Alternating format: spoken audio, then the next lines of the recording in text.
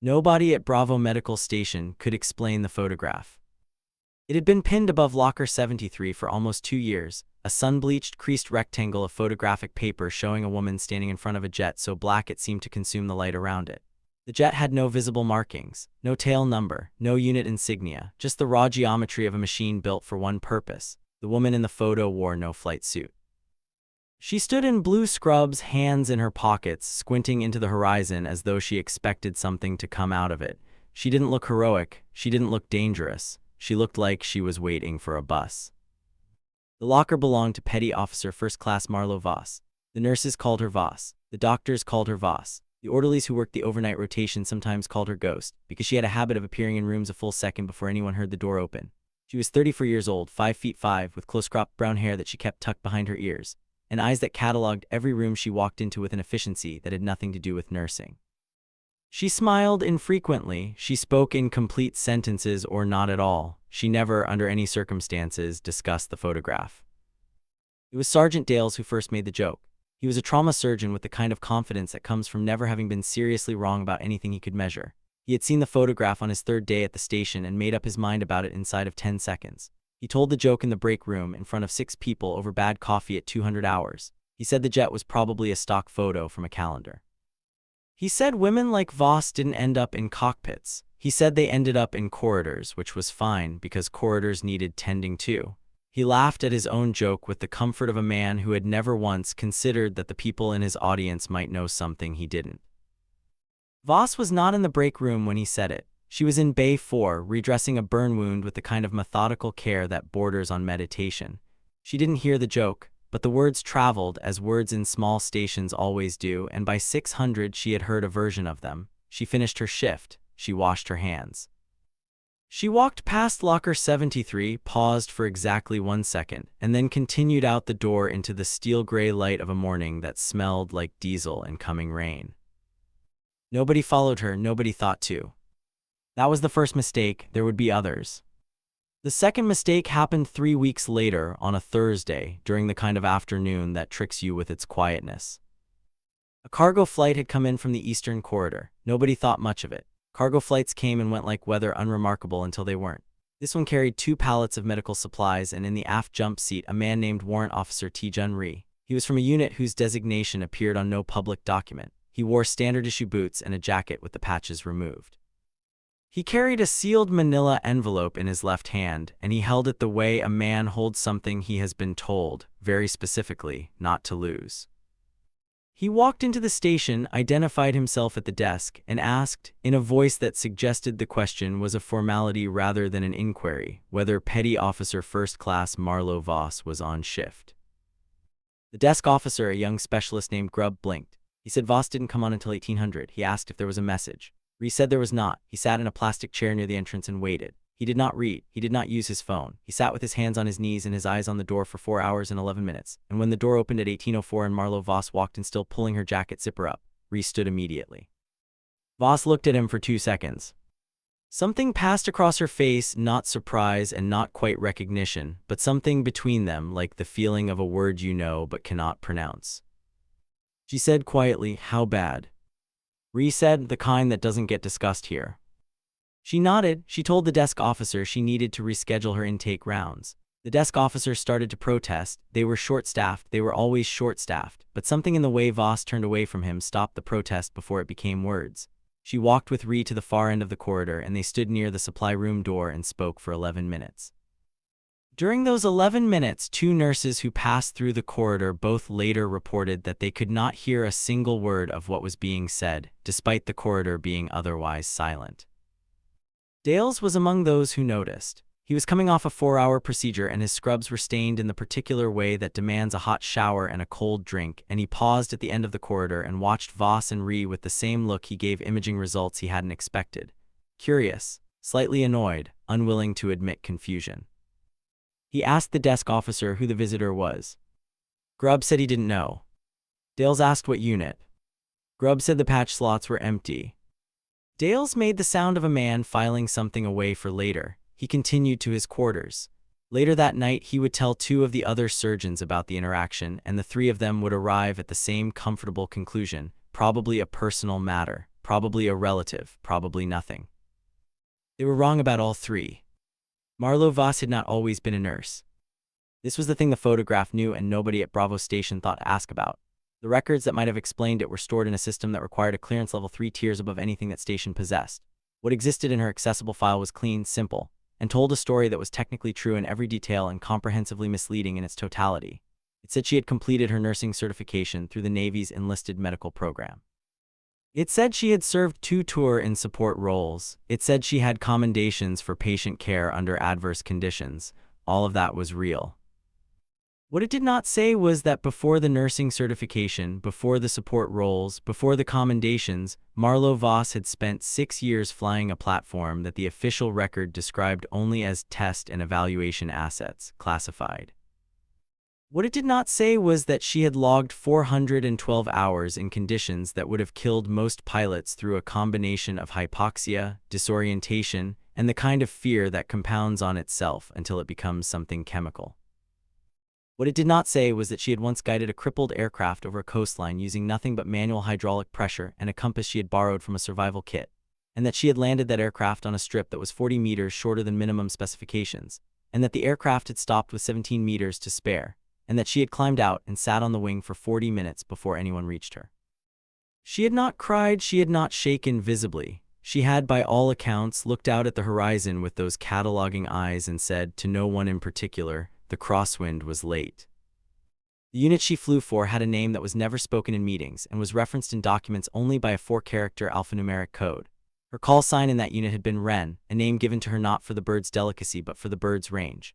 Wrens, her flight instructor had told her once, migrate farther relative to their body size than almost any other creature on Earth. They look like they shouldn't make it. They always do. She left that world for reasons that were hers alone. The transition to nursing was not a defeat, though many people who heard about it assumed it was. It was something more deliberate. She had spent 6 years being the sharpest instrument in a room that nobody was allowed to describe, and she had decided with the same quiet precision she applied to everything that she wanted to spend time in rooms where the stakes were visible, where the wound was in front of you, where you could see the outcome of your hands. She was good at nursing. She was good at most things she applied herself to, which was both a gift and a weight she had learned to distribute evenly. The photograph above Locker 73 was taken the morning after the landing. Someone in the unit had a camera. She had not known the photo existed until it arrived in an envelope 6 months after she left, with no note inside. She had kept it, she couldn't have explained why.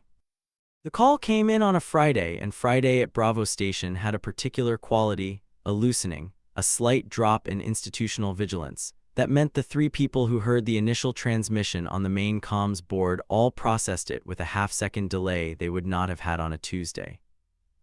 The voice on the channel was calm, calibrated, the kind of calm that is the product of training rather than temperament.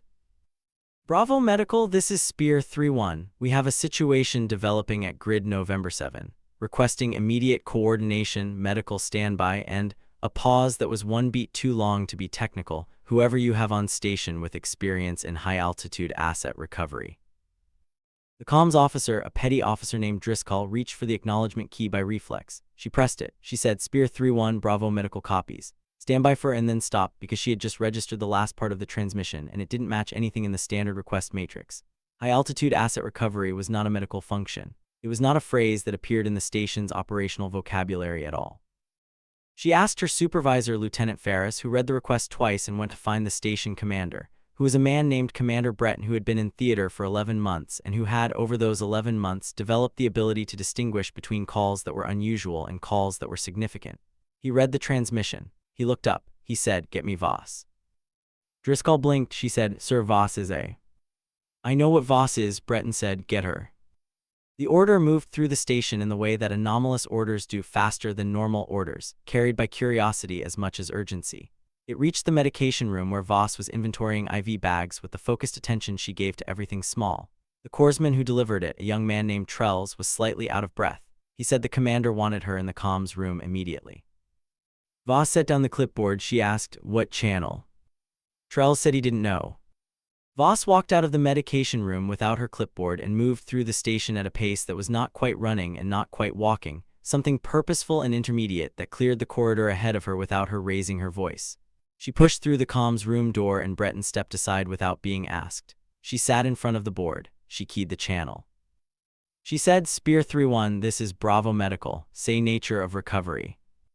There was a silence on the line that lasted 4 seconds. Then the voice from Spear 3-1 said something that made every person in that room go absolutely still. It said, Ren, that you.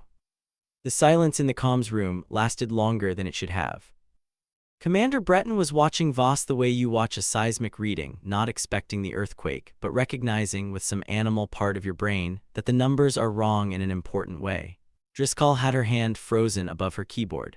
Trells, still standing near the door, had stopped breathing without being aware of it. Voss put her hand flat on the console. Her face did not change expression.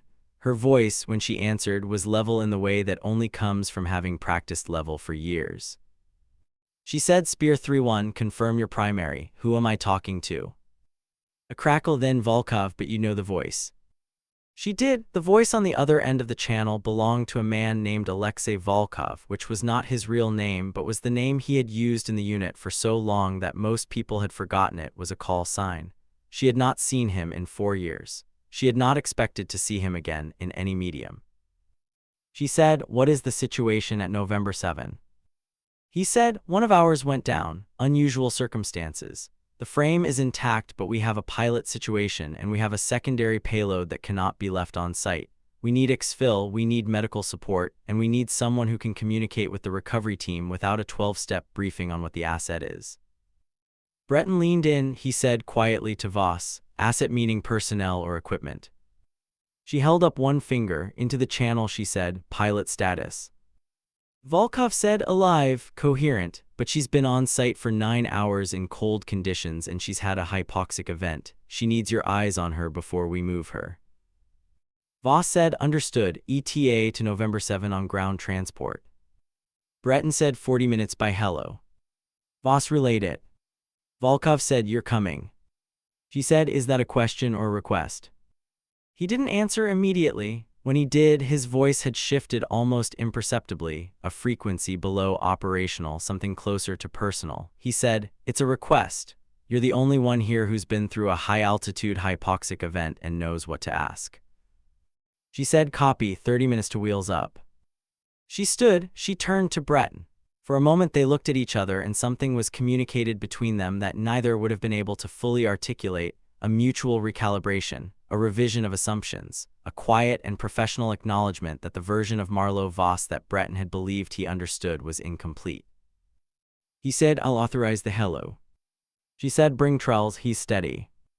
She walked out of the comms room toward the equipment bay and the corridor behind her felt different in her wake.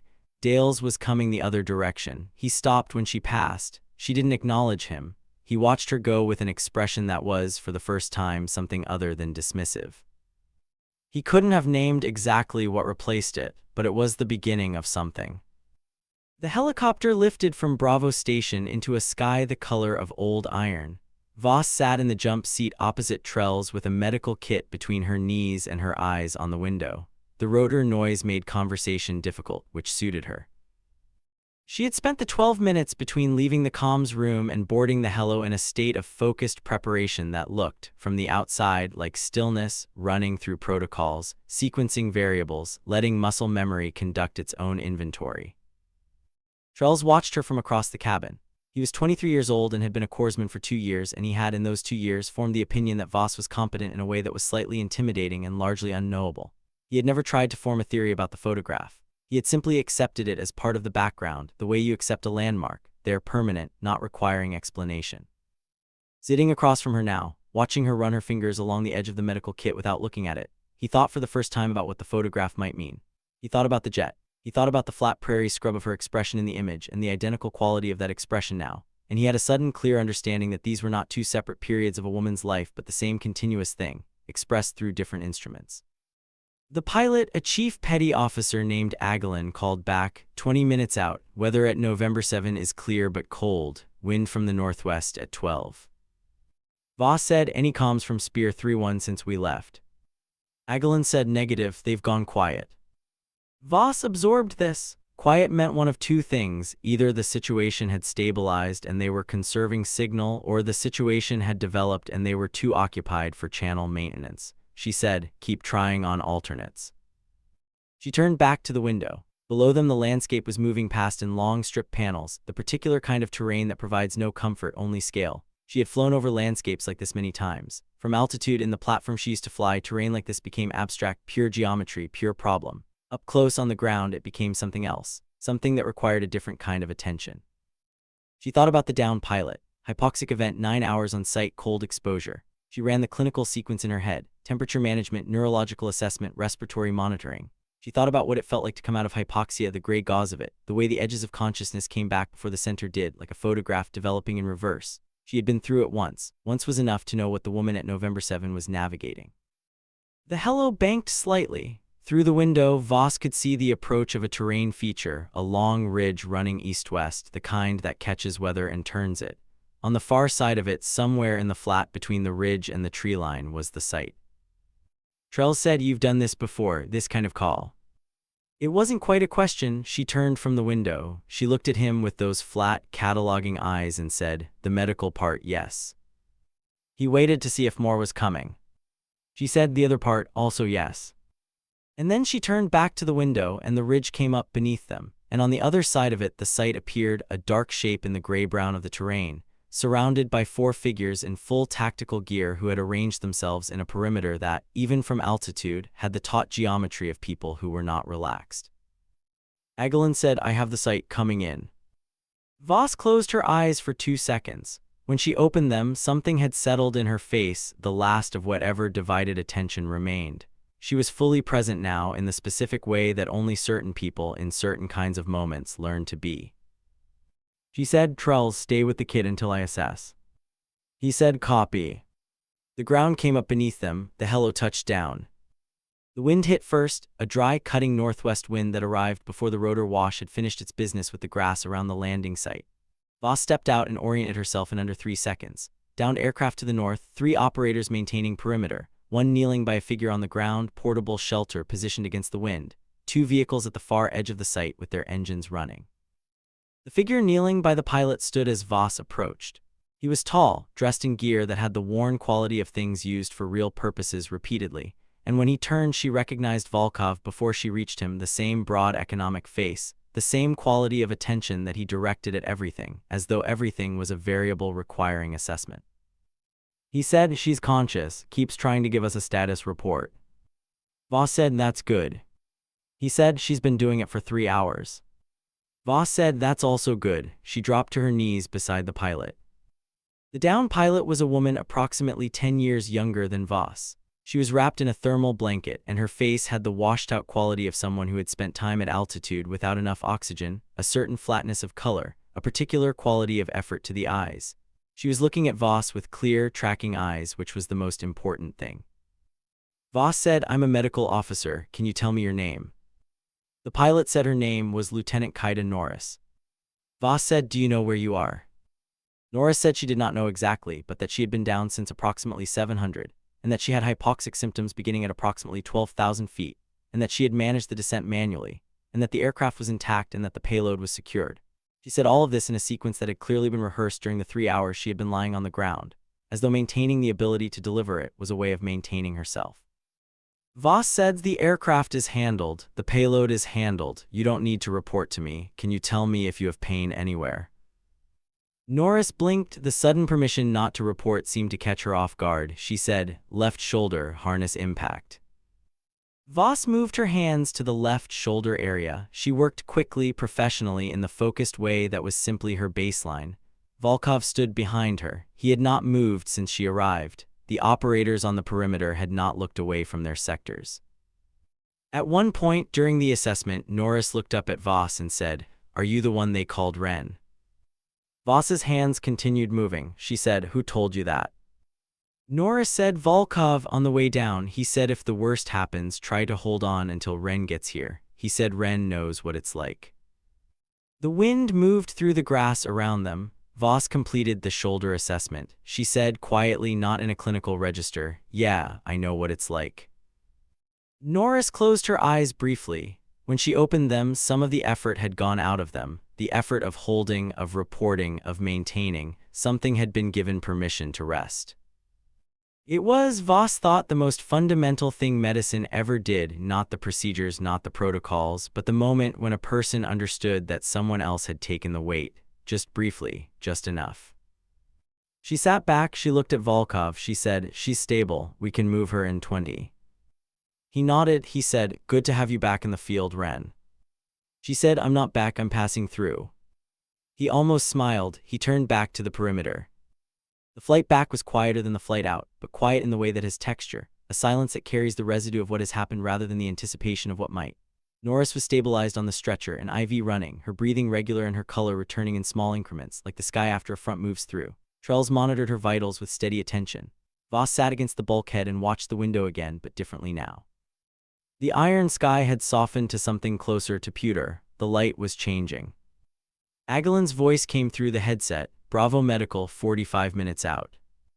Voss acknowledged. She pulled off the headset and let the rotor noise fill the absence. She was tired in a specific way, not the tired of having done too much, but the tired of having held a particular quality of attention for an extended period.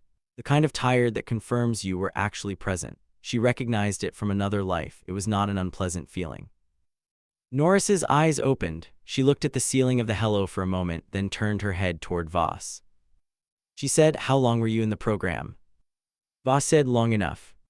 Norris said, "I've been in 3 years. Sometimes I wonder if it's—" She trailed off. The sentence didn't need finishing. Voss said, "If it's what?" Norris said, "If it's worth what it costs." The hello moved through a pocket of turbulence. Voss let the question sit for a moment. She was not someone who rushed answers. She said, "That's a question that changes its answer depending on when you ask it. Right now, from where you are, I think the answer is probably complicated." Norris said, "What's the answer from where you are?" Voss looked at her. She said, "I'm a nurse in a forward station who also happens to know what a hypoxic event feels like from the inside. This morning, that made a difference to you. Whether it was worth what it cost is above my pay grade to decide, but it wasn't nothing." Norris absorbed this. She said, "They told me you walked away."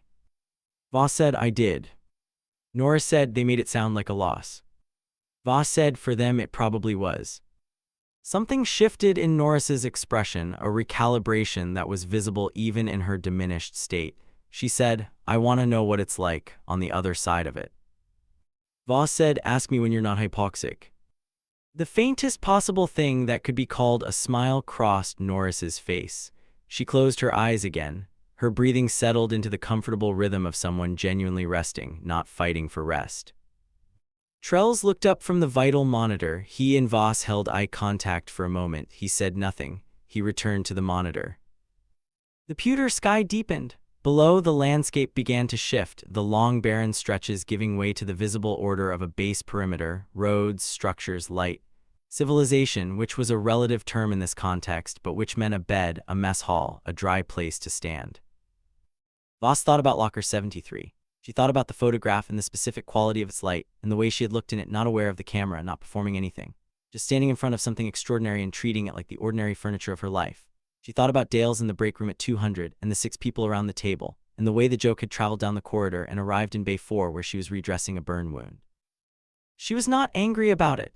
She had moved through anger about things like that years ago, in the way you move through a climate, slowly, with the full understanding that the climate is indifferent to your feelings about it, and that what matters is what you wear when you go out into it.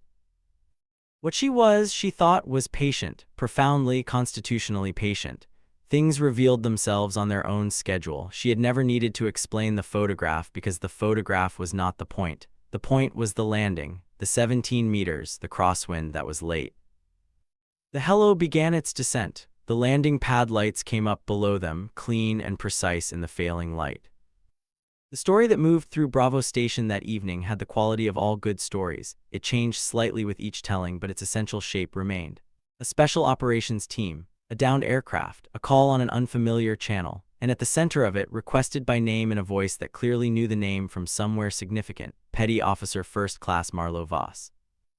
The details that survived most cleanly across versions were these: that she had known the operator on the channel, and that the operator had used a name for her that was not Voss, and that the name had the sound of something operational rather than personal, that she had left the station in a hello at tactical speed, and returned 4 hours later with a stabilized pilot, and the particular quality of composure that doesn't come from not having been in a difficult situation, but from having navigated it. That Trells, who had gone with her, said very little about what he had seen, and that the little he said was very precise. Dales heard the version that Driscoll told, which was the version most closely connected to primary sources because Driscoll had been in the comms room for the whole of the original transmission.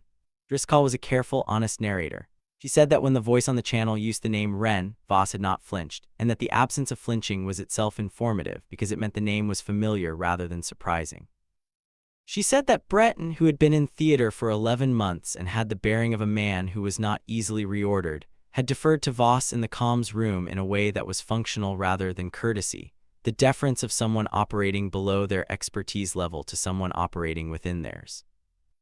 Dale sat with this. He was a man who processed information through a particular kind of internal audit, assembling facts, checking them against the structure he had built of a situation, looking for the failure points. He could not, in honesty, find a failure point in the version of Voss that was emerging from the story. He went back to the conversations he had in the break room. He went back to the joke. He found when he got there that the joke was no longer funny in the way it had been. It had not become offensive exactly, or perhaps it had, but that was not the primary thing he felt. The primary thing was something closer to the particular embarrassment of a professional who has made a confident claim in an area where they did not, in fact, have complete information. It was the intellectual discomfort of a wrong answer. Dales was a man who did not like wrong answers, including the ones he generated himself. He went to the nursing station that night. Voss was on shift. She was working at the supply cart, her back to him, and she turned when she heard his step. She waited. He said, "I heard what happened today." She said, "No."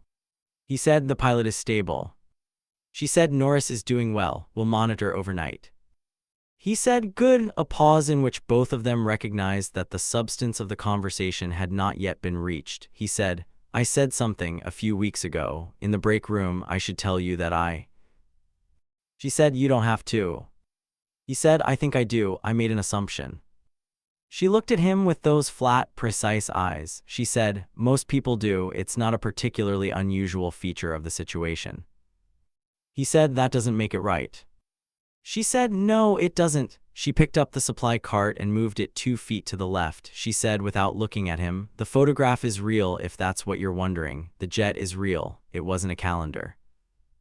He was quiet for a moment. He said, "I know. I think I knew after today." She said, "Then we're caught up." She returned to her work. He stood for a moment, then nodded to himself in the way of a man completing a necessary transaction and walked back down the corridor. The corridor felt the same. Everything looked the same, but the map had changed the way maps do when you learn that the blank space contains something after all.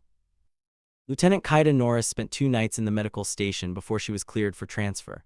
During those 2 nights, she was a model patient, compliant, clear-eyed, asking intelligent questions about her recovery timeline. And during those 2 nights, Voss was her primary care provider for the overnight rotation.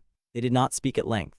The conversations that happened were medical in content and brief in duration. But at the end of the second night, Norris asked if she could ask one question that was not medical. Voss said she could try. Norris said, "What made you decide to leave the program?"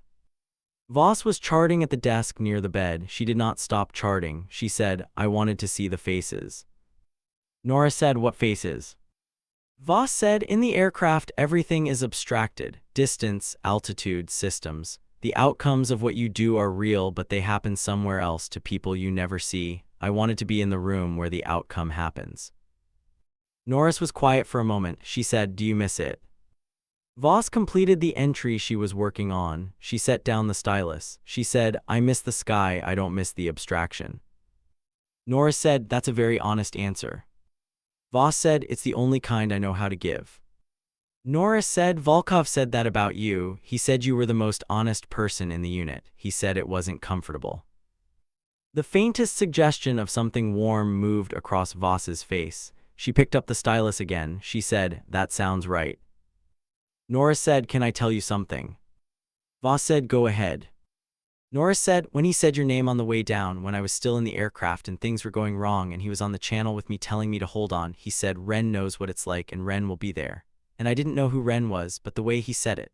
She paused. She pulled in a breath and let it out. "It made me feel like whoever Wren was, things would be okay." Voss said nothing. She continued charting, but the quality of her stillness had changed, had deepened, the way deep water deepens. Something had been touched that she kept carefully managed, and she was managing it now, efficiently, privately, the way she managed most things. After a moment she said, "Get some sleep." Norris said, "Yes, ma'am." It was the first time anyone at Bravo station had said ma'am to Voss. She didn't acknowledge it, but in the small, telling calculus of her expression, something acknowledged it for her. The debrief came on day 4, unexpected in the sense that all things you have been waiting for without admitting you are waiting are unexpected. A vehicle arrived at Bravo station at 900. 2 officers she did not recognize and one she did. The one she recognized was a commander from Naval Special Programs whose name she knew, and whose presence at a forward medical station meant that the envelope Rhea had carried 3 weeks ago was connected to something larger than the downed aircraft. Breton met her in the corridor outside his office. He said, "They've asked for you by name." He said it with the particular care of someone relaying information they know will matter. She said, "Which name?" He said, "Both." She went in. The debrief lasted 2 hours. She would not discuss its content afterward, and no one with the clearance to ask was present at Bravo station, so the content remained hers. What those outside the room observed were the inputs and the outputs. The inputs were 3 naval officers, a sealed operational record, and the account of what had happened at November 7. The outputs were a change in the paperwork that Breton processed that afternoon, a new designation added to Voss's station record, and a formality that arrived with no ceremony but carried the weight of one. She walked out of Breton's office at 11:18. She walked to her locker. She opened it. She looked at the photograph for approximately 30 seconds. Then she closed the locker and went to check on Norris. Norris was eating breakfast, which was a good sign. Norris looked up when Voss came in and said, "You were in a meeting." Voss said, "I was." Norris said, "How did it go?" Voss said, "It went." Norris looked at her with eyes that were sharper now, the hypoxic gauze fully gone, the pilot's assessment fully restored. She said, "Your designation changed." Voss said, "How do you know that?" Norris said, "The way you're standing." A pause, and Volkov texted me. Despite herself, Voss made a sound that was not quite a laugh but was the nearest thing to one that she produced in professional settings. She said, "Of course he did." Norris said, "Is it going to change things here?" Voss looked around the room, the bed, the monitors, the particular institutional quality of the light, the small window with its view of the yard, and beyond the yard, the edge of the flight line where a helicopter was being serviced in the morning cold. She said, "Probably not, which is fine. The work doesn't change." Norris said, "But the designation?" Voss said, "The designation is paperwork. The work is this." She nodded toward the monitoring equipment, the IV stand, the cleared breakfast tray, same as it was yesterday. Norris said, "You're very hard to impress yourself." Voss said, "I've been impressed by the right things. The rest is context." She took Norris's pulse. She checked the IV line. She made a note in the chart, and Norris watched her work, and in Norris's watching there was something that was accumulating, something that happens when you observe a person doing something ordinary with extraordinary precision over time. Not admiration exactly, though admiration was part of it, more like recognition, like understanding that the thing in front of you is its own category and requires its own taxonomy. When Voss left the room, Norris leaned back against the pillow and looked at the ceiling. She thought about what it meant to be called by a name that you had earned in a language only certain people speak. She thought about what it meant to leave that language behind and then to have it find you anyway, in a different corridor, wearing different clothes, carrying a medication kit instead of a flight helmet. She thought about what it meant that the people who knew the name still trusted it, still reached for it when things went wrong at altitude and there was no margin for error and only one kind of knowing would do. She thought Ren knows what it's like. And she thought, yes, she does. Dales found the right moment 4 days later on a slow evening in the supply room where Voss was inventorying again, the same clipboard, the same methodical attention, the same locker room quality of a person doing a small task with full presence. He came in for bandage supplies and stayed when he didn't need to. He said, "Can I ask you something?" She said, "You can try." He said, "The jet in the photograph, what is it?" She looked at him, she considered, she said, "Nothing I can describe specifically." He said, "But you flew it." She said, "For 6 years." He said, "And then you came here." She said, "And then I came here."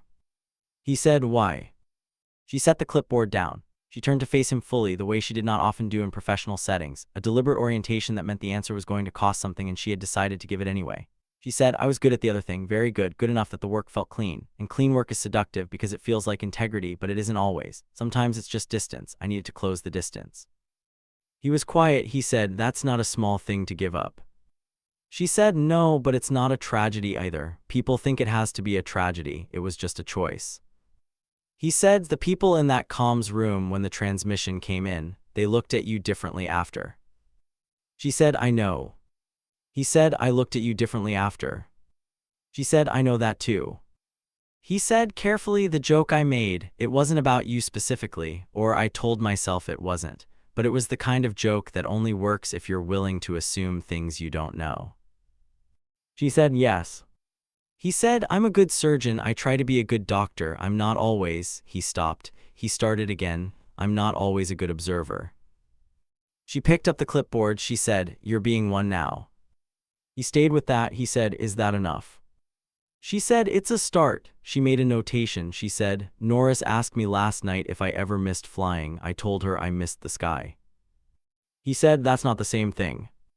She said, no, but the sky is here too, that's the thing about the sky, it's always local. He didn't fully understand what she meant, but he understood that she meant it precisely and that the precision was the point. He took his bandage supplies. At the door he paused, he said, Voss. She said, no. He said, thank you for the honest answer. She said, you asked an honest question. He left, she continued the inventory. Above locker 73, somewhere down the corridor, the photograph waited in its particular quality of light, the woman, the jet, the horizon, the expression that was not performing anything, just watching, just knowing that something was coming out of it eventually.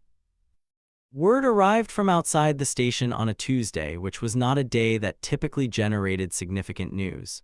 It came through official channels, which meant it came to Breton first, and Breton read it twice before he called Voss to his office.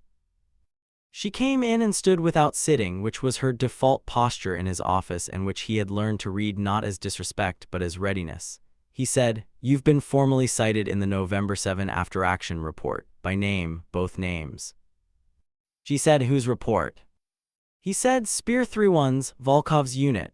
He passed the page across the desk. She looked at it. She did not read it with any visible emotional response. She read it the way she read monitoring equipment, absorbing data, assessing implications. She set it back on the desk. He said, that designation changed last week. What does it mean for you here? She said, officially, an addendum to my record, access to certain channels I didn't have before, nothing that affects daily function. He said, and unofficially? She said, it means that if something like November 7 happens again, they don't have to explain the request. He said, good. He leaned back. He said, I've been commanding this station for 11 months. I thought I had a complete picture of the personnel assets here. She said, nobody ever has a complete picture. He said, no, but some pictures are more incomplete than others. A pause. You could have told me. She said, I could have, but the record is what it is for reasons that aren't casual, and what I do here doesn't require you to know the rest of it. He said, no, but it would have changed things. She said, which things? He was honest enough to pause before answering. He said, the way people talk to you. She said, I know. He said, that doesn't bother you. She said, it bothers me the same way weather bothers me. It exists, it's not personal, you dress for it and you do the work. Breton looked at her for a long moment. He said, Norris is requesting a transfer back to her unit. Her medical clearance clears by the end of the week. Voss said, she's ready. The shoulder is going to be stiff for another 3 weeks, but it's functional. Her cognition is fully restored. He said, she asked if she could say goodbye before she goes. Voss said she doesn't have to ask. He said, I told her that. She said she still wanted to ask. Voss said, then tell her yes. She left the office. In the corridor, she paused for a moment, which was unusual. She stood with her hand near the wall, not touching it, just near it, in the posture of someone who has been handed a weight and is deciding how to carry it. Then she squared herself and continued walking. The citation would become part of a record that most people at Bravo Station would never read. The designation addendum would exist in a file accessible only to those who already knew what it meant. The photograph would remain above locker 73, unchanged, as it had always been, the woman, the jet, the horizon, the waiting.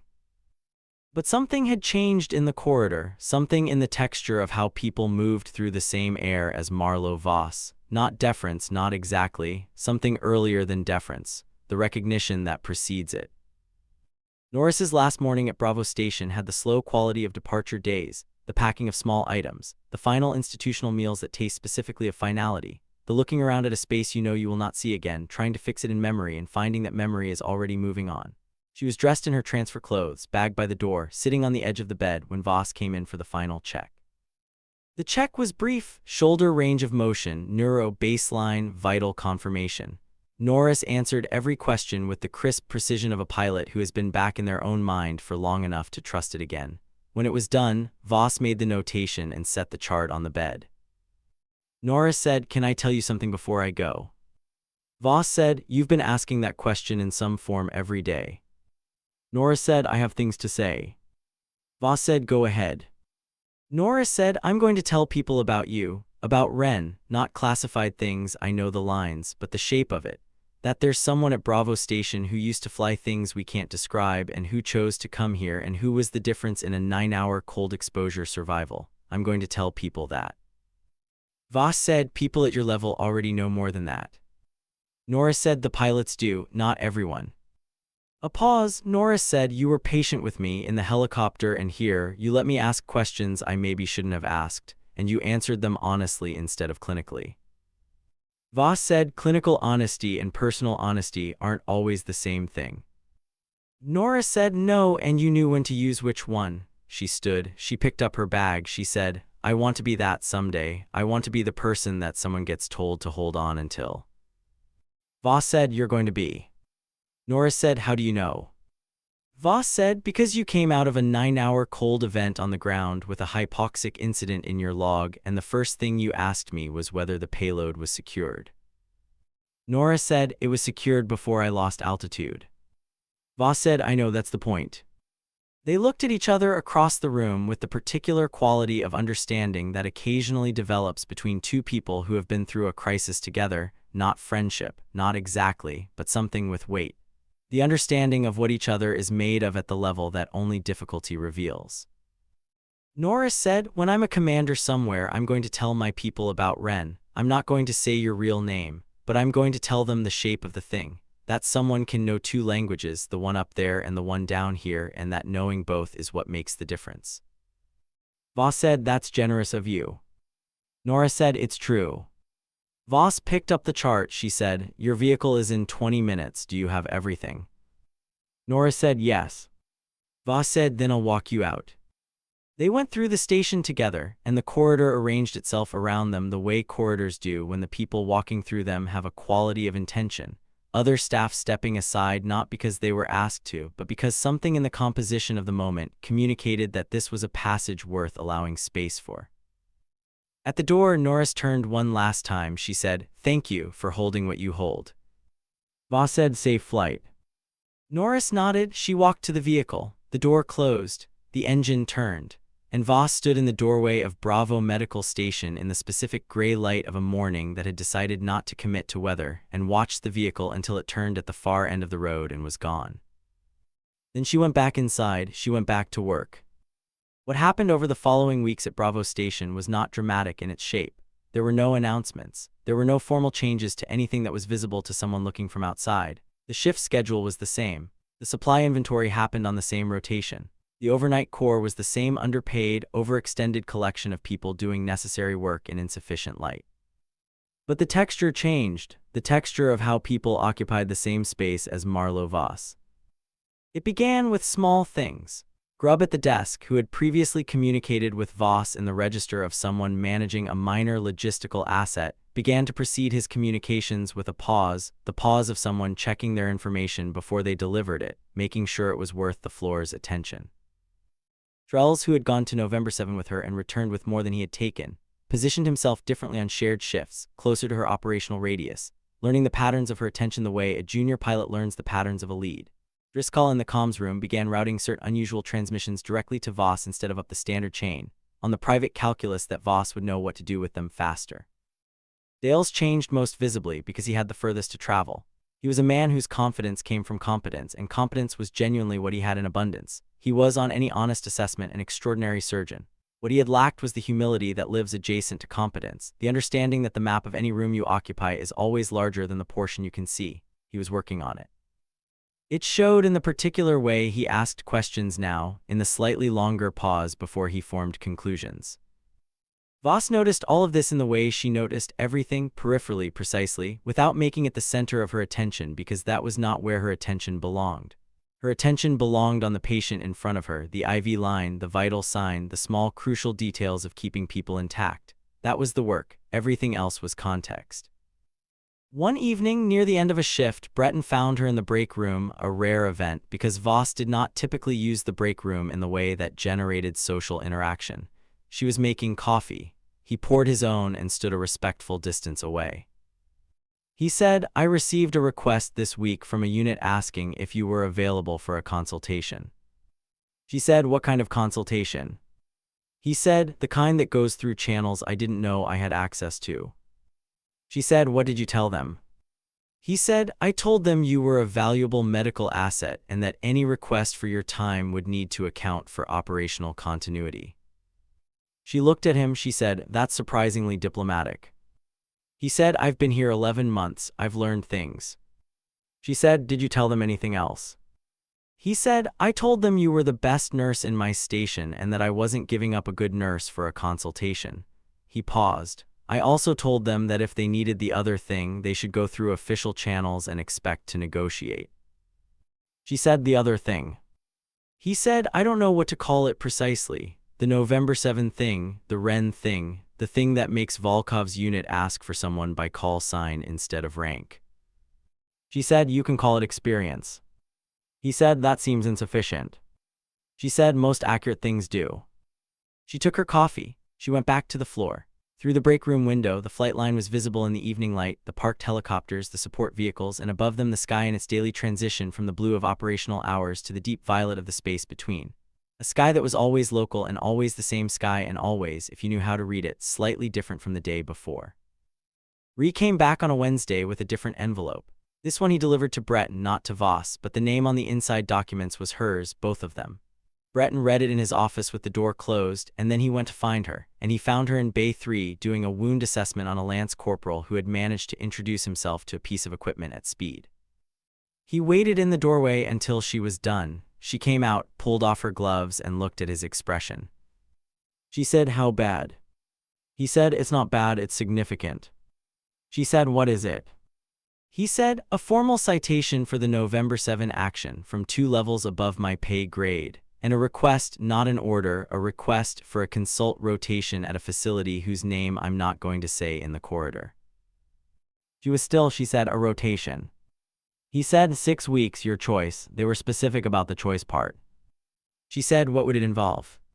He said, "I honestly don't know. The level of specificity in the paperwork drops off sharply about 2 paragraphs in." She said, "And the station?" He said, "We'd cover it. It would be difficult," he was honest, "but we'd cover it." She said, "I need to think about it." He said, "Of course." She said, 24 hours. He said, "They gave me a week." She said, "I need 24 hours. She went back into Bay 3. The lance corporal was looking at the ceiling. She washed her hands. She resumed the assessment, and the 24 hours began, and she used them the way she used time, economically, purposefully, without performance. At the end of the 24 hours, she went to Breton's office. She said, "I'll do the rotation." He said, "Any conditions?" She said, 1, Trells comes with me if the facility can support 2. He said, "He's your pick." She said, "He's steady and he learns from watching instead of asking. That's the right kind of learner for whatever this is going to be." Breton said, "I'll make the request." She nodded. She turned to go. At the door she stopped. She said, "Whatever this is, the citations, the requests, the designation, it doesn't change the work here." He said, "I know." She said, "I want to make sure you know." He said, "Voss, I know, you've made it clear in every shift for 2 years that the work here is the point." She said, "Good." She left.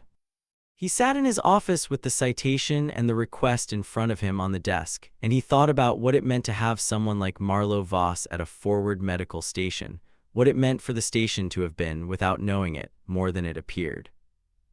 He thought about the photograph above locker 73, which he had seen and not thought about until now, and he thought that it was the best possible kind of object in the world, a true thing in plain sight that became visible only when you were ready to see it. The morning before the rotation departure had the particular crispness of an early transitional day, still cold, but with a quality of light that was pointing forward rather than inward. Voss was at her locker before 600, which was earlier than anyone else on her shift. She removed what she needed for the rotation deployment and did it with the systematic efficiency of someone who has packed things into bags in many different contexts and has refined the process to its essential motion. The photograph stayed. She did not take it down. She did not move it. It remained above locker 73 in its slightly crooked angle. She had never straightened it, which was the one small asymmetry in an otherwise orderly space, and it watched the locker room in the gray morning light with its own particular quality of patience. Trells arrived at 6:30. He looked at the locker, looked at the photograph, looked at Voss. He said, "I've been thinking about the photograph." She said, "What about it?" He said, "I used to think it was a personal thing, like a memento." She said, "It is a memento." He said, "But not the way I thought. I thought it was like a reminder of something you missed, but I think it's actually the opposite." She said, "Say it." He said, "I think it's a reminder that you did it, that you were there, that the thing happened, so that when you're here doing this work, you know it's not an absence of the other thing, it's a choice." She put the last item in the bag, she zipped it. She said, "You learned from watching." He said, "I told you I would." She picked up the bag, she looked at the photograph one more time, the woman, the jet, the horizon, the squint against the light, the hands in the pockets. She said, "The crosswind was late." He said, "What?" She said, "Nothing, let's go." They walked out into the corridor and the station moved around them in its morning patterns. The shift change, the early meal, the particular ambient noise of a place that never fully stops. People moved aside in the corridor, not entirely consciously. There was the quality of recognition now, not celebrity, nothing like that, but the simpler and more durable thing, the knowledge of what someone is. Dales was at the desk near the entrance. He saw them coming and he straightened, not quite to attention but close, in the instinctive way of a man who has revised his understanding of a situation and whose body is still catching up to his mind. He said, "Safe travels." Voss said, "Hold the station together." He said, "That's your job." She said, "Today it's yours." She pushed through the door into the morning light and Trells followed and the door swung closed behind them. The station continued. The shifts turned. The work went on, the dressings and the IV lines and the monitoring and the hard, careful keeping alive of people in difficult places, the work that was always the point. Above locker 73, the photograph held its position. The woman with the squint, the jet that consumed light, the horizon that held its secret. Outside, the sky opened the way it always does in the morning, indifferent and complete and available to anyone who thought to look up. The facility where the rotation took place was designated, in the paperwork that Breton received, only by a grid coordinate and a unit code. What it actually was, Voss had a more specific understanding of a training and integration center for personnel who moved between operational domains, who needed to speak both the language of the field and the language of the specialist, who had to be current in 2 different registers simultaneously. She was there not to fly, she was there to teach. This became clear on the first morning, when she was introduced to a group of 12 people in a briefing room whose average age was approximately 26, and whose collective intensity was the particular kind generated by people who have been selected for things. They sat in a loose horseshoe arrangement with tablets and notebooks, and the contained alertness of people who have been told that the next 6 weeks are going to reorder something. The officer who introduced her said her name and her rank and her current assignment, and then he said, simply, "Petty Officer Voss brings a combination of operational flight experience and forward medical practice that is, within this command, unique. She's going to spend the next 6 weeks helping you understand the interface between those 2 domains. You will pay attention." He left. Voss stood at the front of the room. The 12 faces looked at her with the calibrated attention of people who had been trained to read other people quickly and had just received new input that required processing. They had expected someone who looked more like what they had been told she was. They were recalibrating in real time. She let the silence do its work for exactly long enough. Then she said, "The aircraft in the photograph above my locker at Bravo Station is a real aircraft that I flew for 6 years. Some of you may have a clearance level sufficient to look it up. Some of you don't yet. What I will tell you about it without specifics is this. It requires a pilot to maintain full situational awareness at altitudes and airspeeds where hypoxia is not a theoretical risk but a managed reality. It requires precise manual inputs under conditions of significant physiological stress. And it requires, when things go wrong, the ability to make triage decisions in the cockpit the same way a trauma nurse makes triage decisions in a bay, fast, sequential, committed." She paused, she let them sit with it. She said, 3 weeks ago, a pilot from a unit adjacent to this command went down at November 7 in a hypoxic event. She was on the ground for 9 hours. I was requested by call sign to go to the site. I am a nurse. I went because I know from the inside what a hypoxic event feels like and how to communicate with someone who is experiencing one. That is the interface I am going to teach you about, not the theory of it. The actual texture of what it means to carry two kinds of knowledge and know when to use each one. In the third row, a young aviator named Petty Officer Sable, who was 24 years old and had the kind of coiled certainty of someone who had never yet been surprised by their own limits, wrote something in her notebook. Later, someone who sat next to her would say they couldn't read it at the time. Later still, Sable herself would say she wrote, "She's the real thing." 6 weeks compressed the way time always does when the content is sufficient, not fast, not slow, but filled, in the way a good container is filled. Voss taught. She had not formally taught before, but she approached it with the same quality of attention she applied to everything, which meant she observed what was working and adjusted what wasn't without announcement in real time, the way good pilots adjust trim. She taught the physical realities of hypoxia, not from a textbook but from recall, from the specific phenomenology of the gray gauze, the narrowing peripheral vision, the particular way decision-making degrades before the person experiencing the degradation is aware it is degrading. She taught the decision tree of in-flight medical emergencies with the grounded specificity of someone who has lived inside one. She taught the intersection of tactical communication and medical assessment, how to read a voice on a channel for physiological state the way you read a monitor for vital signs.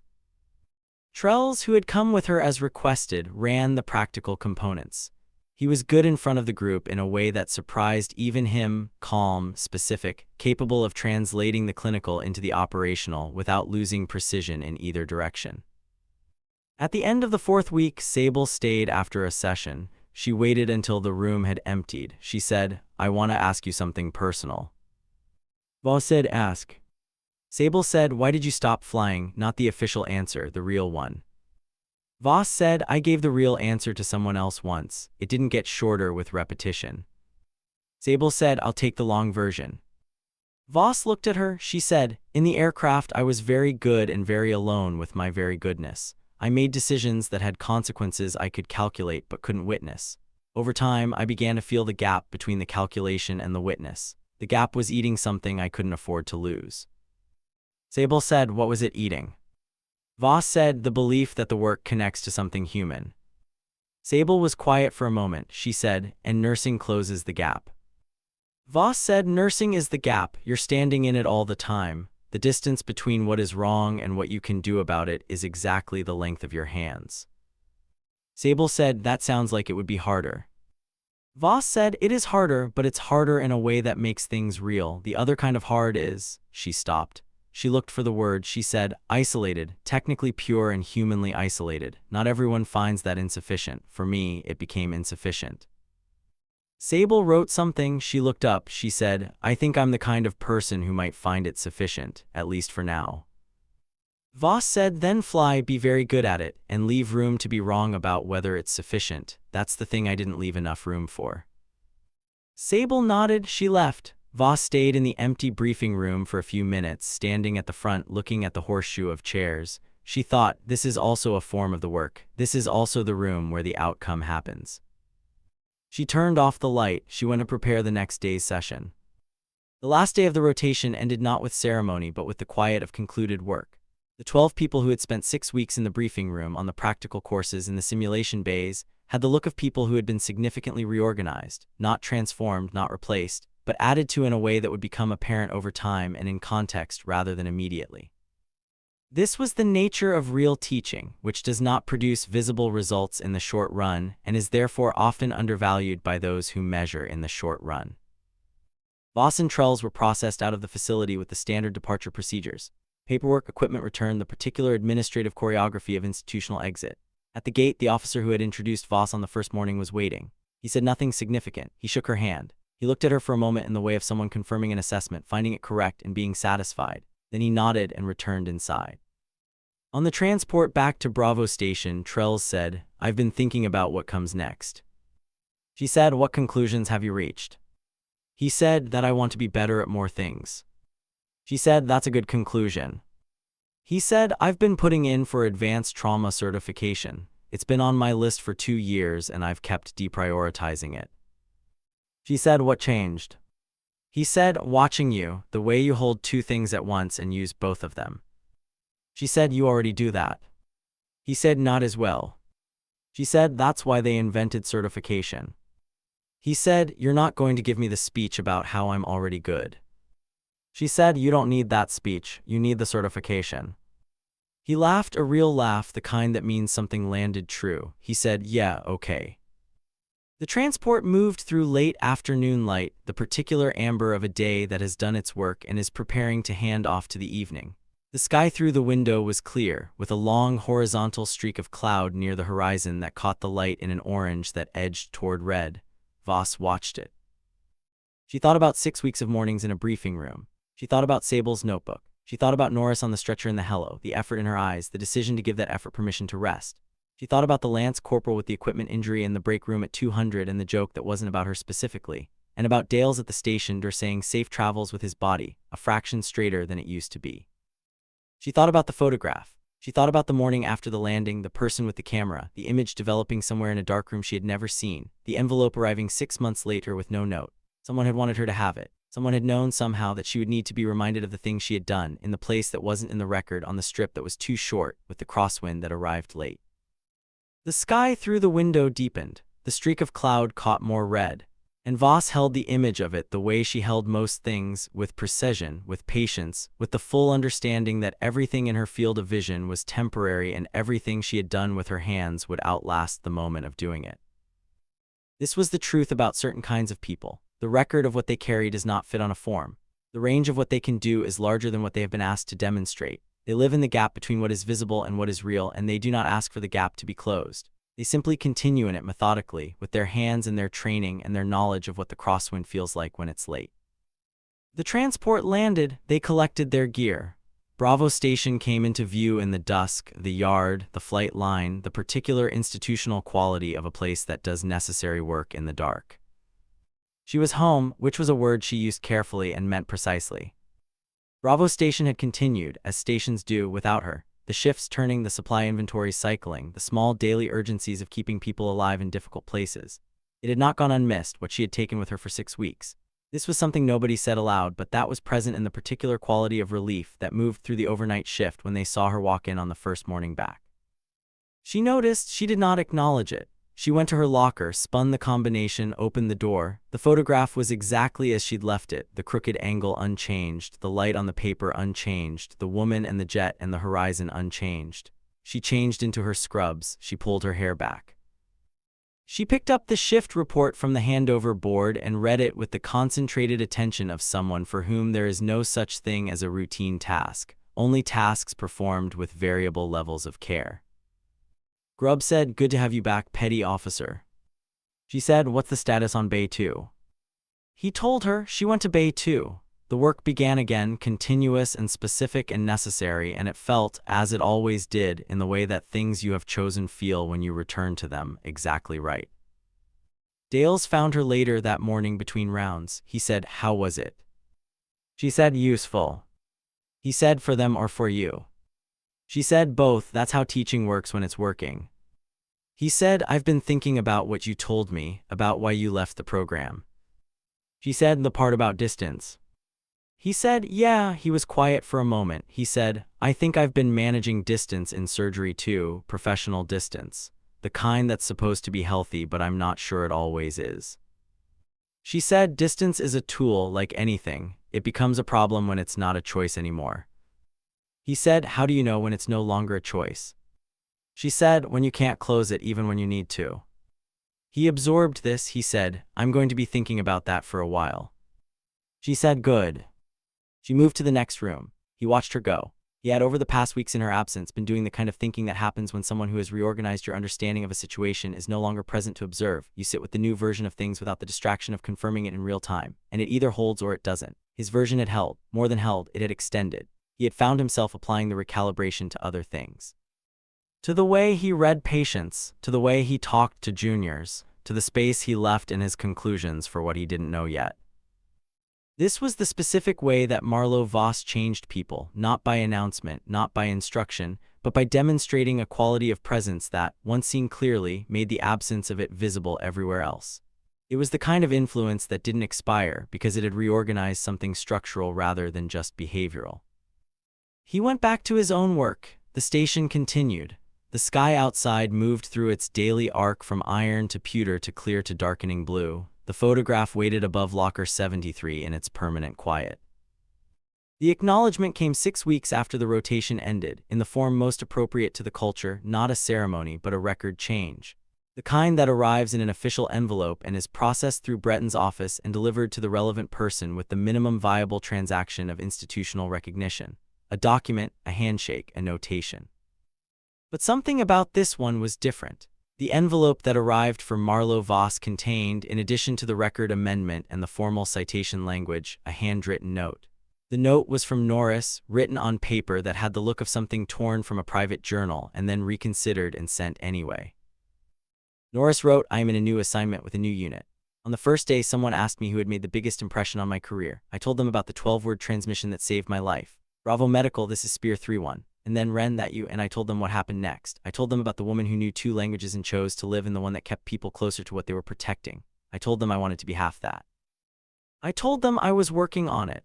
The unit commander, who has 30 years and 3 combat deployments and whose opinion I have come to value more than almost anything, said, "That's the right thing to want to be. You should know that. You should know your shape is visible even at distance." Voss read it twice. She folded it. She put it in the locker, not with the photograph, but in the inside pocket of her jacket, which was where she kept things that needed to be close rather than visible. She closed the locker. She went back to work. What the note said and what she kept returning to in the intervals between rounds, the quiet 10 seconds between one bay and the next, the still moment while the IV bag was hanging and the patient's breathing was regular and there was nothing to do yet but be present, was that her shape was visible even at distance. That the choice she had made to close the gap, to come out of the clean isolation and into the corridor where the outcomes were visible, had not diminished the thing she had been before but had added something to it that made it visible from farther away. She had not thought about it in those terms. She had thought about it as a choice between 2 kinds of knowledge and a judgment about which kind she needed to live inside. She had not thought about how a person looks from the outside when they make that kind of choice and commit to it with total consistency for years. She thought, this is what Trells saw in the helicopter. This is what Sable wrote in her notebook. This is what made Breton step aside in the comms room without being asked, not the classified record, not the call sign, the consistency, the particular quality of someone who has decided what they're for and is doing it completely. And the thing that made it land, the specific weight of Norris's note, was the word shape, not achievement, not record, shape, the thing that persists across contexts, the thing that is visible even when the details are classified and the record is incomplete and the photograph is just a photograph above a locker that no one thought to ask about. The sky outside the station window was high and clear and cold, the kind that has no apology in it, the kind that has always been there, waiting. The last ordinary day is never marked. It doesn't announce itself. It presents in the same configuration as every day before it, the supply cart, the shift report, the corridor in the particular light of morning, and only becomes identifiable as the last ordinary day in retrospect, from the vantage point of whatever follows it. For Bravo Station, what followed was a transfer of command. Breton's 11 months became 12, became the completion of his deployment, and the orders that had always been coming finally arrived on a Thursday morning with the clean finality of the institutional. He would be replaced by a lieutenant commander whose name appeared in the orders, but who was not yet a person to anyone at the station, still just a name. On his last evening, Breton found Voss in the break room, the same bad coffee, the same 200 quality of light, though it was not 200 and the light was the evening variety. She had a mug. She was standing at the window looking at the flight line. He said, "I'm leaving Friday." She said, "I know." He said, "The incoming commander is good. I've worked with her before." She said, "Her." He said, "Ree spoke well of her, specifically in the context of November 7 and its follow-on." This was information that had additional texture, and Voss received it with the slight adjustment of someone for whom additional texture matters. She said, "Good." He said, "I want to tell you something before I go." She waited. He said, "When I first arrived here, I thought I understood what kind of station this was. Forward medical support, good personnel, reasonable capability, standard parameters. I thought I had the complete picture." She said, "You didn't." He said, "No, because of you." She said, "The picture was always the same, you just didn't have all the information." He said, "That's true, but here's what I've been sitting with. Most stations don't have a Marlowe Voss. Most stations have exactly what they appear to have. This station has been, for 2 years, something more than it knew, because of what you carry and what you've decided to do with it here." She said, "The work." He said, "I know, the work is the point, you don't need to say it." He paused. He said, "I'm saying it the other way. The work is the point, and you are the reason the work here has been done at a level that exceeds what the station's profile would suggest. That is a fact. I want to say it plainly before I leave." The break room held the silence of a space where something true has just been said. Voss looked at the flight line through the window. She said, "I appreciate that." He said, "I know you do, you just don't require it." She said, "Correct." He said, "That's also a skill." He picked up his coffee. "The incoming commander is going to want to meet you early. I told her to wait until you've had a chance to form your own opinion of her." She said, "Why?" He said, "Because the opinion I've formed of you is that your first opinions are reliable, and I don't want the setup to get in the way of the reading." She looked at him. Something in her expression acknowledged the particular quality of that, the thoughtfulness of it. She said, "That's a good instinct." He said, "I've been learning to have them." He finished his coffee. He set the mug down. At the door he said, "Safe watch, Voss." She said, "Safe travels, sir." He left. She stood at the window a while longer, looking at the flight line and the dark sky above it, which was clear and populated by the specific stars that appear when there is no moon and the air is cold and the horizon is wide. She looked at them the way she looked at everything, with flat, cataloging, deeply attentive eyes that were, if you knew where to look, doing something more than cataloging. She was locating herself, the way all pilots do on some level even when they are not flying, placing themselves in relation to the sky. Not to navigate, there was nowhere to go tonight, but to confirm the relationship, that the sky was still there, that it knew her, that the long reciprocity between a person and the air above them, once established, does not expire. She finished her coffee. She went back to work.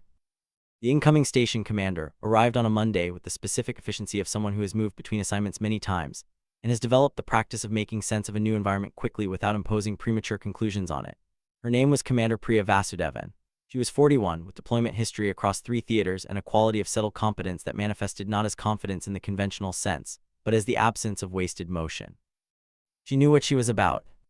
On her first day, she did not call a full station meeting. She took the briefing from the outgoing staff, walked the facility, reviewed the operational record. She spoke to each department head. In the afternoon, she came to the medical floor. Voss was with a patient. Vasudevan waited in the corridor without announcing herself and observed for approximately 4 minutes before Voss turned and saw her. They looked at each other. Vasudevan said, "Don't stop for me." Voss returned to the patient. She completed the procedure. She came out and pulled off her gloves. She said, "Commander." Vasudevan said, "Petty Officer Voss." A pause. "I'm told I was supposed to form my own opinion of you." Voss said, "Breton told me the same thing in reverse." Vasudevan said, "Good, then we're both going in clean." She looked at the corridor, at the bay, at the supply cart, at the quality of the floor. She said, "This station has a reputation within certain channels for outperforming its profile." Voss said, "The staff is good." Vasudevan said, "The staff is what I'd expect for a forward medical station of this size. The outperformance is something else." She said it without accusation, without inflation, as a factual observation. Then she said, "I read the November 7 report." Voss said, Vasudevan said, "I've seen citation language like that before, not often." She was quiet for a moment. She said, "I want you to know that I'm not going to change what you're doing here. I'm going to watch it for a while and understand it, then I'm going to get out of its way." Voss said, "That's a good approach for most things." Vasudevan said, "Breton told me that too, in different words." She looked at Voss with the particular quality of one experienced professional assessing another, not hierarchically, but laterally, mapping the parameters. She said, "He also told me you were the most honest person in his station." Voss said, "He said that about me to you." Vasudevan said, "He said it about you to me and then said it was the most important thing on his handover list." She paused. "He didn't explain it. I think he thought it would explain itself." Voss said, "It usually does." Vasudevan said, "Give it time." Voss said, "Yes." Vasudevan nodded. She turned to go. She said, without turning back, "One more thing. I know what the photograph above locker 73 is." Voss said, "A lot of people know now." Vasudevan said, "I mean, I know specifically. I had clearance at a previous posting to the relevant program documentation." A pause. "That was a very difficult aircraft to fly." Voss said, "Yes." Vasudevan said, "And you flew it for 6 years?" Voss said, "Yes." Vasudevan said, "And then you came here?" Voss said, "Yes." Vasudevan turned then briefly. Her expression had in it something that was not quite admiration and not quite recognition, something between them or containing both or preceding both. She said, "I'm glad you did." She walked back down the corridor toward the administrative wing. Voss watched her go. She thought, this is going to be a good working arrangement. She was almost never wrong about things she assessed directly. She returned to the floor. The photograph above Locker 73 remained. Through commander changes and deployment cycles, through supply chain disruptions and equipment upgrades, through the rotating cast of personnel who came through Bravo Station and added their own particular human texture to its ongoing story, the photograph remained. It became, over time, a kind of station landmark, the thing new arrivals noticed and sometimes asked about, and the thing experienced personnel either deflected or answered depending on their read of who was asking. The full story of it did not circulate widely because full stories never do. What circulated was the outline, a nurse with a classified flying background, a call that came in on an unfamiliar channel, a name used in the kind of context where names carry weight. The joke that Dales had made in the break room became, over months, the kind of story told in the opposite spirit of its original telling, not as evidence of what the speaker had gotten right, but as evidence of how completely you can misread a room. Dales told the story himself, eventually. He told it to a new surgical resident who had made a glib dismissal of a nursing assessment during a complicated procedure, and he told it with the particular bluntness of someone who has earned the right to the lesson by having failed it personally. The resident listened. Dales said, "The most dangerous assumption in a medical setting is that the person who's been here longer than you is only what their title describes." He said, "I made that assumption about the best clinical operator I have ever worked beside, and I was comprehensively wrong, and the wrongness cost me several weeks of not understanding the room I was in." The resident said, "What changed?" Dale said, "She didn't, I did." The story carried from that resident to others, and from others to the unit that Norris was part of, and from there to a training environment where Sable was, by then teaching her own section, and Sable, when she heard the version that had traveled to her, recognized it from the inside and added a detail that hadn't made it. That Voss, on the first day of the rotation, had said the actual texture of what it means to carry two kinds of knowledge and know when to use each one. That line had gone into Sable's notebook, it had not left. Volkov, who operated in channels where stories moved differently, said nothing to anyone about Ren. He did not need to. The people who needed to know what Ren was in the places where that knowledge mattered already knew. And the people who didn't have clearance for the specifics had over time accumulated something sufficient from the outline. A woman who knew the sky and chose the corridor, who could be reached by call sign in an emergency, who answered when the channel opened. The sky above Bravo Station was always local. It was always the same sky. It was on the mornings Voss walked to her shift in the particular light of the transition between night and not night, a continuous reminder that the things you have done with your body and your hands and your attention, the landings and the dressings and the IV lines and the 6 years of altitude and the 2 years of corridor, are not separate chapters. They are the same story told in different registers, accumulating into the shape of a person who is visible even at distance. She was 40 years old on the morning she walked in to find a small group of personnel standing near the administrative board where shift assignments were posted. There was something in their configuration that was slightly off from routine, the quality of an audience rather than a passing cluster. She approached. She saw that someone had taped a printed note beside the shift board. The note said, "Happy birthday, Commander." Not commander in the formal sense. In the sense that some words accrete meaning through use rather than through institution, through the particular quality of enough occasions where a person has been, simply and consistently, the most reliable presence in the room. She stood in front of the note for a moment. She read it. She said nothing. She turned and went to her locker, spun the combination, changed into her scrubs. She looked at the photograph. She looked at it the way she looked at the sky, with recognition, without ceremony, a true thing in plain sight, requiring no explanation. She pulled her hair back. She picked up the shift report. She went to work. The sky outside held its light. The corridor held its sound. And somewhere in the flat distance between what is classified and what is known, between the aircraft that cannot be named and the work that happens in the room where outcomes are visible, The shape of Marlowe Voss continued, patient, precise in the gap, exactly where she had chosen to be.